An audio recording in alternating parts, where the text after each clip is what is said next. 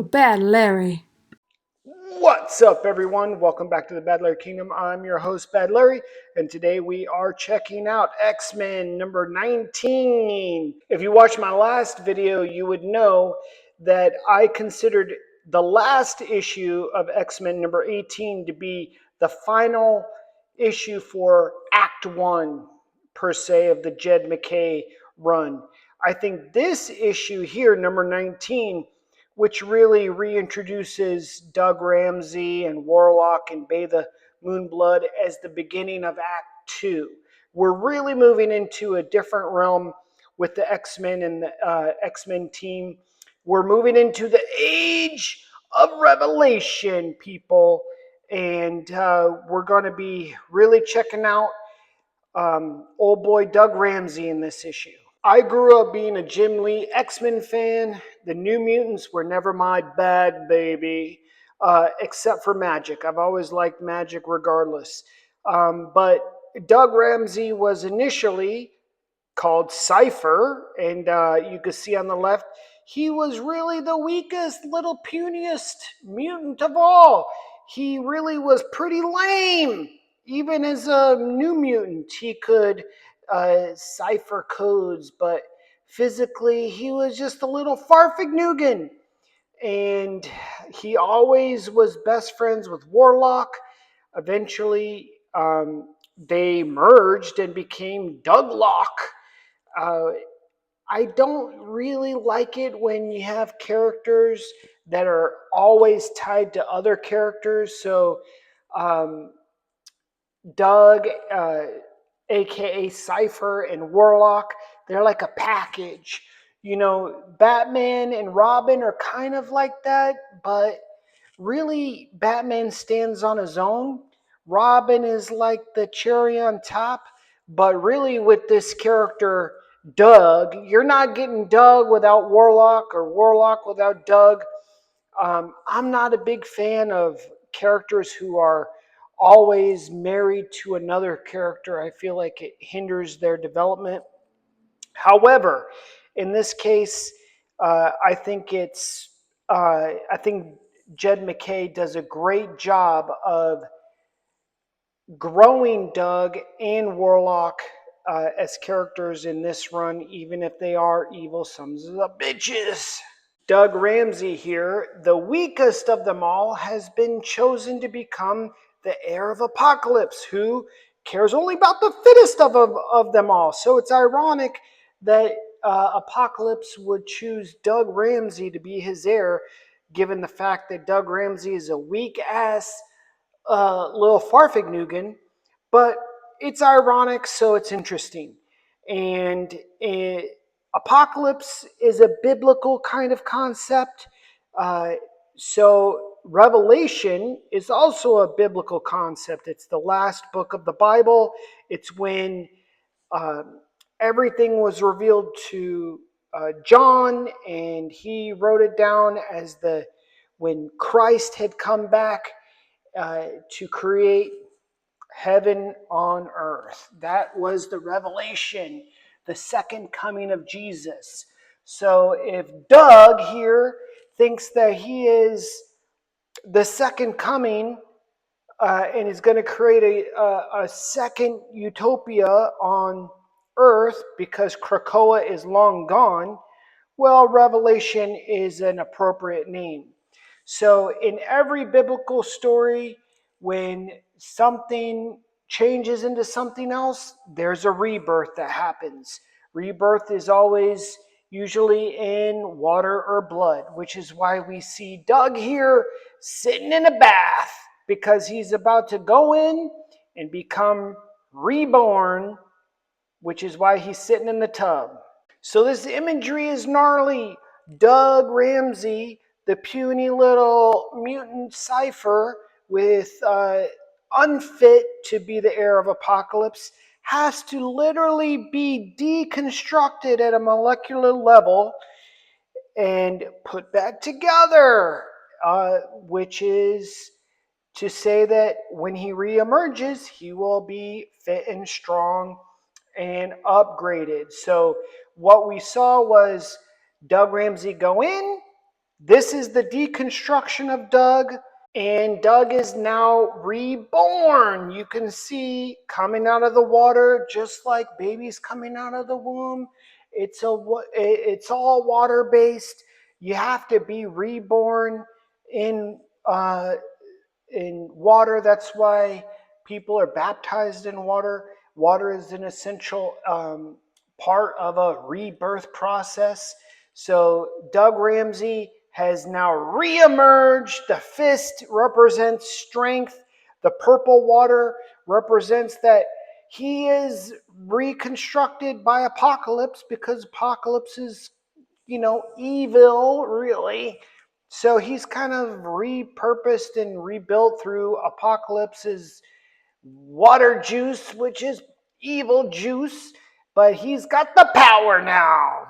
I love how Jed MacKay tells the story. He doesn't have to overly, create too many words and dialogue. I'm sure he told Nito Diaz to draw a picture of uh, Doug raising his hand up towards the window, the sun shining in, and then the sun shining on his face. Jed MacKay is really creating an excellent story here. So Doug is reborn. He's now Revelation. You could see that he's changed. He's clearly physically more strong by that little arm. You can see the muscles. And then whatever these little squiggly lines on his face, he is upgraded. But the point of this frame is that he's reaching up towards the sun, because just like Lucifer was an angel of God and looked to God, Doug here thinks that he is the new Messiah come to save mutant kind. So he's reaching up towards the sun because he thinks that he's righteous. That's the whole point. He believes that he was repurposed, rebuilt, and he is reaching up because he feels that he has a righteous calling. And here I think another great imagery, he's kind of half in the shadow, half not in. And he is calling himself Revelation. This is where he's really presenting to us, the reader, that his new name is Revelation and not Cipher or Douglock or whatever it is. Plus, you can see that he's not some little puny Farfignugan boy anymore. He's a grown ass man. He's fully formed, super buffed up.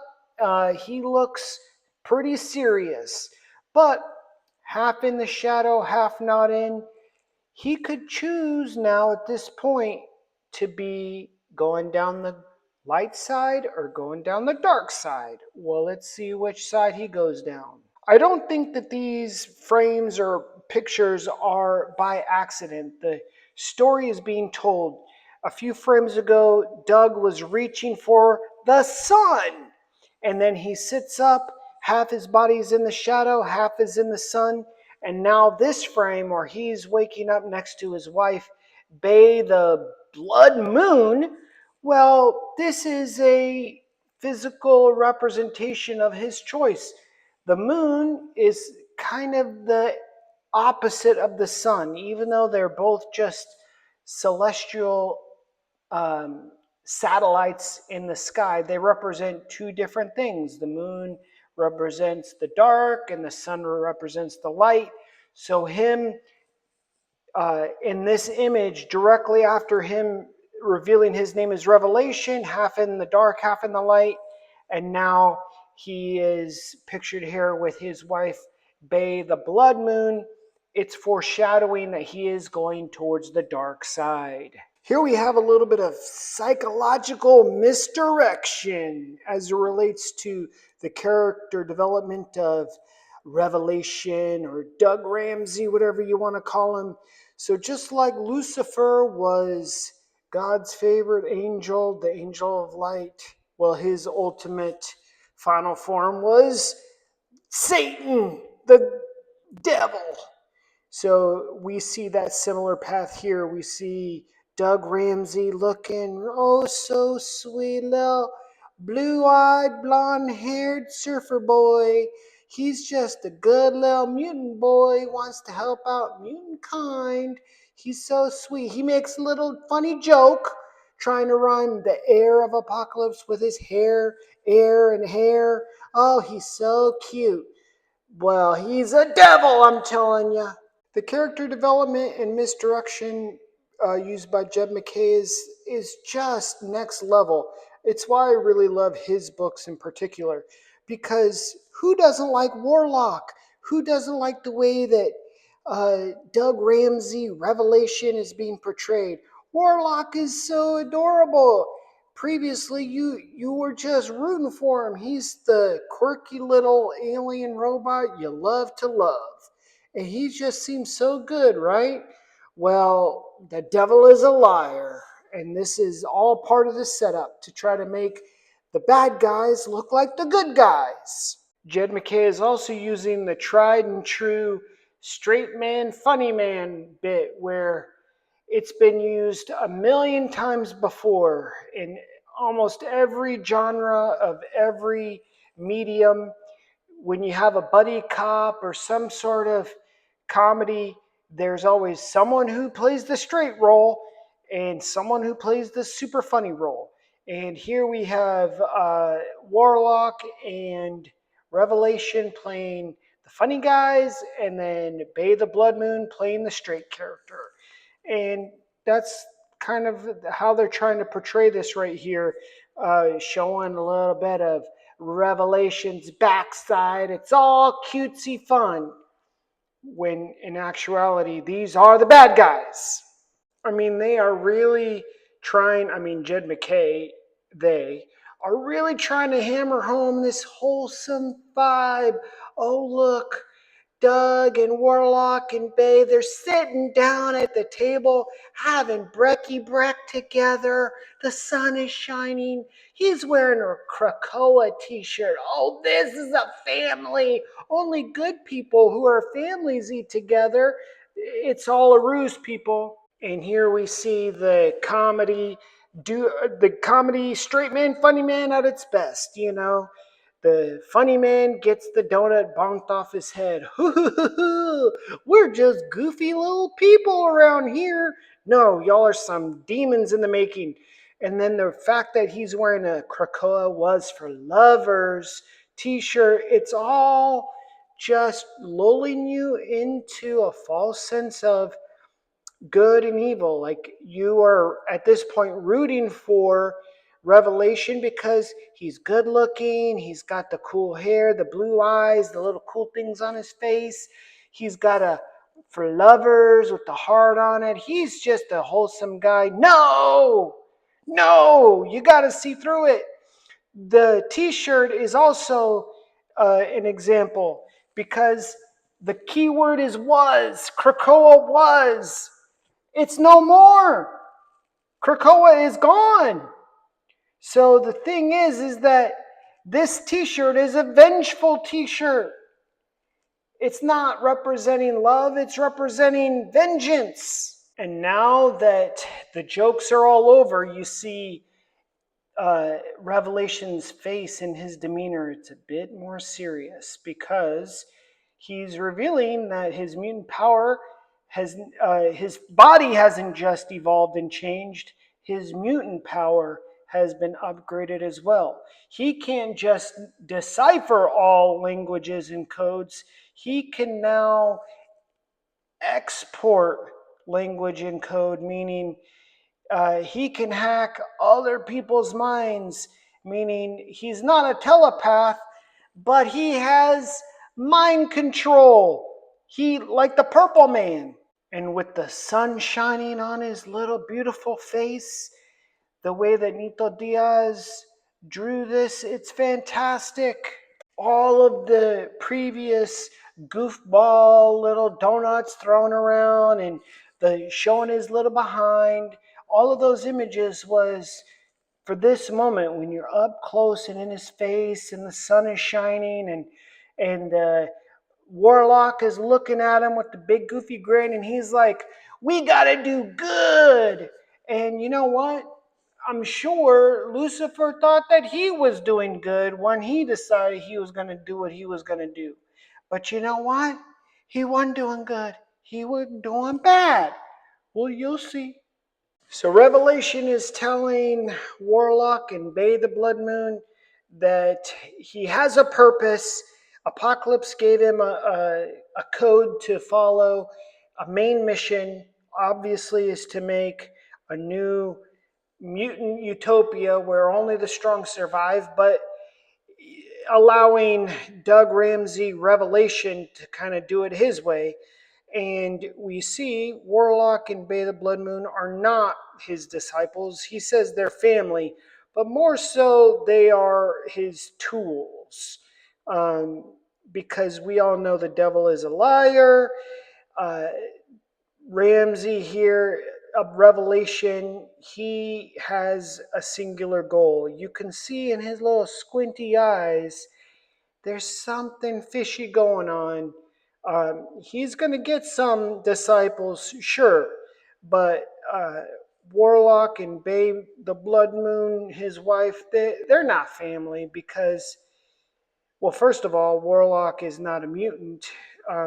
He is seeing these people as just tools, little people that he knows are super loyal to him that he can control and manipulate. And here, can you really feel the mood change? The eyes we're even closer in. The coloring is changed. He has a bit of seriousness about him. And then that bottom frame, he's standing up like a preacher at a pulpit, very serious. You know, I used to hack computers. Now I can hack people. He's like, but we have to hack the planet. You know, anytime you start talking about planetary domination and all of that, that's usually not the good guys doing these kind of plans, okay? And now enter a further part of this psychological manipulation by Jed MacKay on the readers. You know, we're seeing, oh, Revelation is just hanging out with his little family out here having brekkie brek in the mountains in his little cabin, just minding his own business.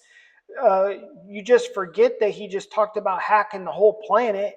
And now you see some snipers sniping in on him. And you feel, oh, these are the bad guys. They look like bad guys because you've been roped in to believing that Ramsey is the protagonist, that he's the good guy. Well, that's not always true. You know, these people are coming after Ramsey. Really, you don't know who they are, but they have a good reason. The stretching, he's got no shoes on. You just feel like, oh, he's a victim. The bad guys are coming after him with the big scary guns. He's just trying to do some stretching. And he also admits that he was the least fit of the New Mutants. I said this earlier. He was just a little dweeby, weenie Farfignugan. But now he is the most fit because of Apocalypse's upgrade. But unlike Archangel, who got upgraded, Archangel was never meant to be the heir of Apocalypse. Archangel was the horseman of Apocalypse. Doug here is Apocalypse 2.0. He is the upgraded version of Apocalypse that clearly Apocalypse's plan could never succeed. So he's kind of passed on everything to now Doug taking it over. You see Warlock doing some sort of binary code talk, beep bop boop bop, while the assassins are moving through the trees. You know, the way that this is portrayed, you really seem to be for a Warlock and Doug and Bay the Blood Moon, and you're like, these bad guys look, these assassins look like bad guys. No. And you see, Bay the Blood Moon, she was never hiding who she was. She's always the monster. This, she has never tried to hide in this issue of what she truly is. The clues have always been there. Um, and she is from Iraqi, whatever. She's a warrior, she's a killer, and she is uh, Revelation, aka Doug Ramsey's um, weapon, human or mutant living weapon to ensure that he survives so Apocalypse's new plan can survive. That's her only goal. And Warlock, too. You see that one of the soldiers steps on a trap, alerting Warlock and Bay the Blood Moon that they're going to be under attack. The one thing I do admire about Revelation is that he has two characters, Bay the Blood Moon and Warlock, whose main and only mission in life is to protect him, keep him safe. That kind of loyalty, I do commend. It's hard to find someone who's literally ride or die just for you and just for your survival on either side, good or bad. Like I said, good or bad, this is such a cool shot of a kick-ass fighter launching out of the window. Uh, she ain't got no flying powers, I don't think. She's just badass. You try jumping out of a window full speed with no shoes on. This is cool.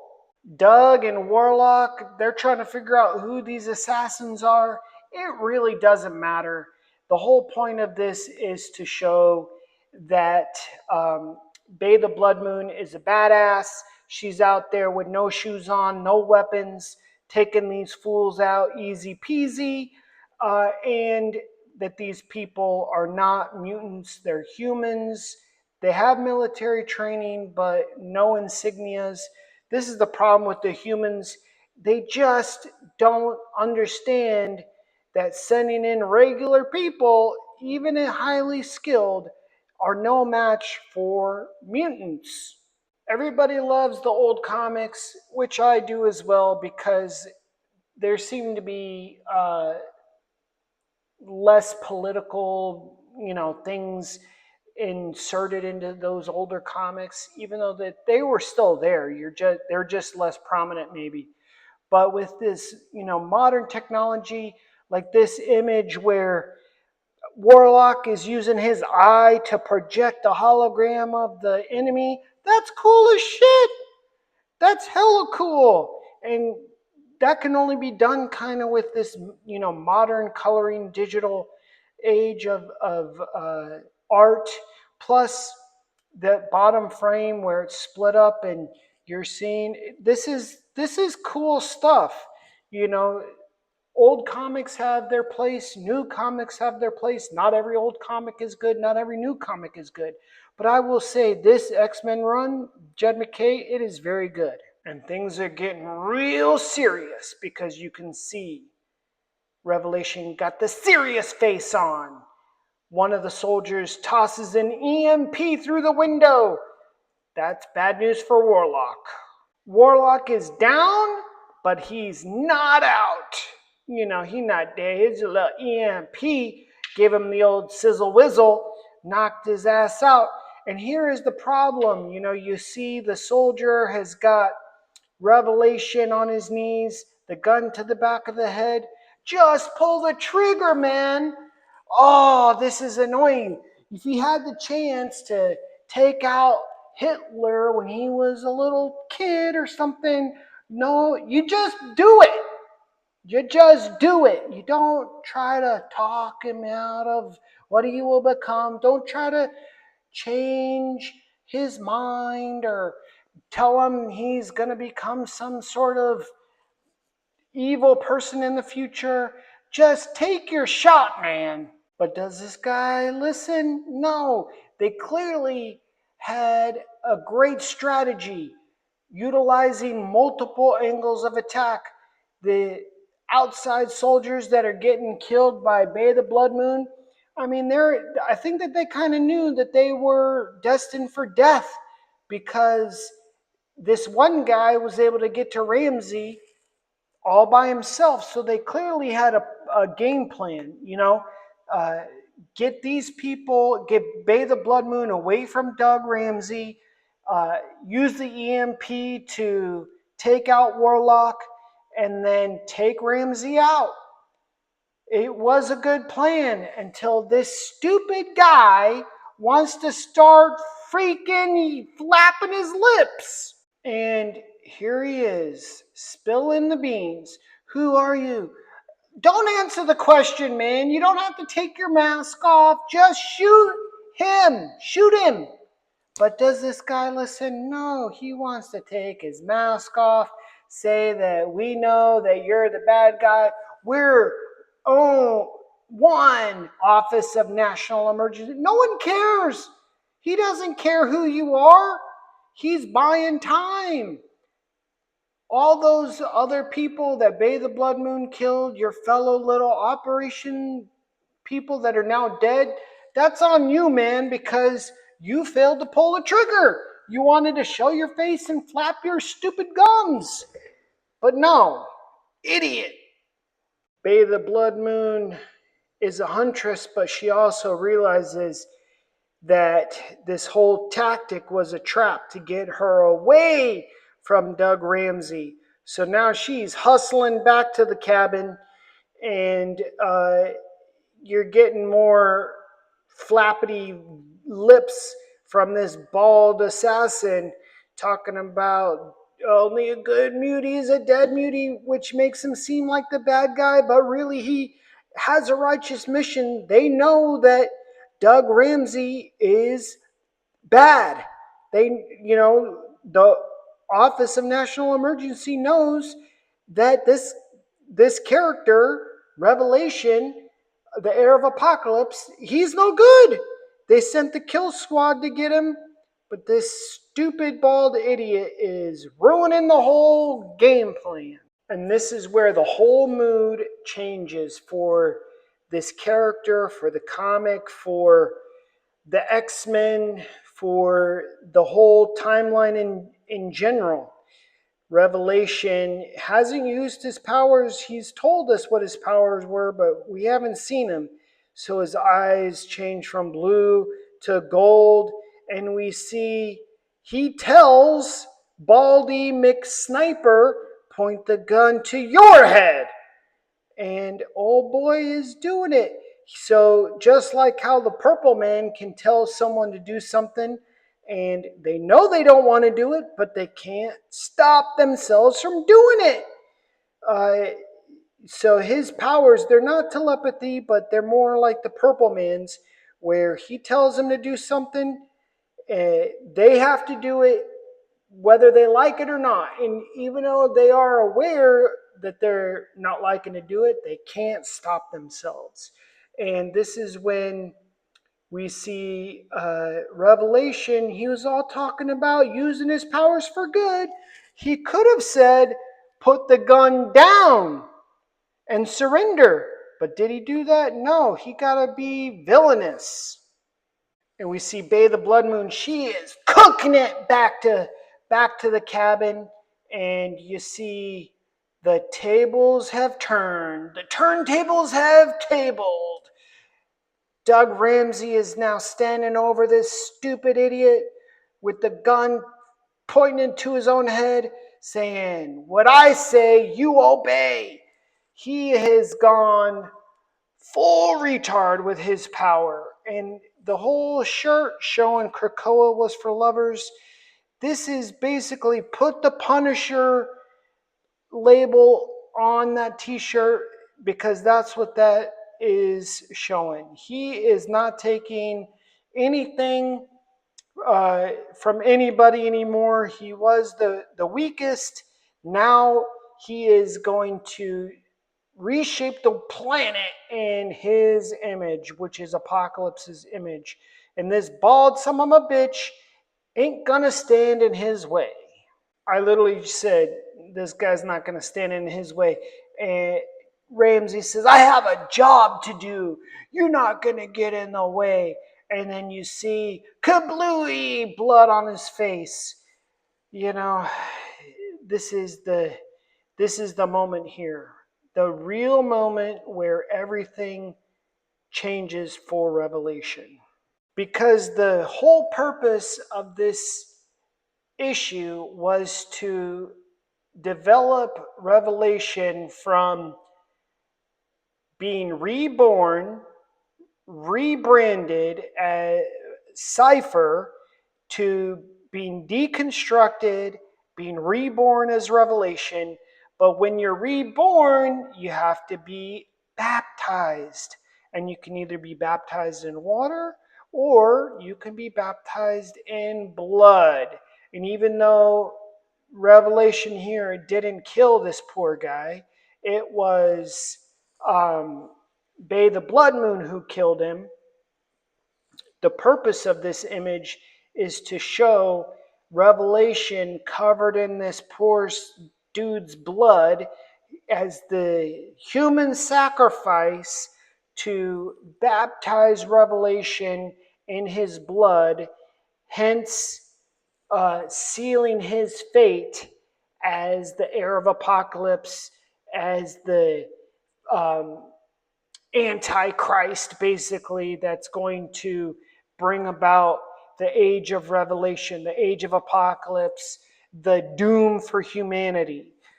So where we started with Doug being all cute and adorable, but now he's officially a villainous monster. Revelation and Bay the Blood Moon are kind of arguing. He's like, you didn't have to kill him, but she's straight up. She's like, this is how it was always going to be, man. You are the heir of Apocalypse. Some people is going to die.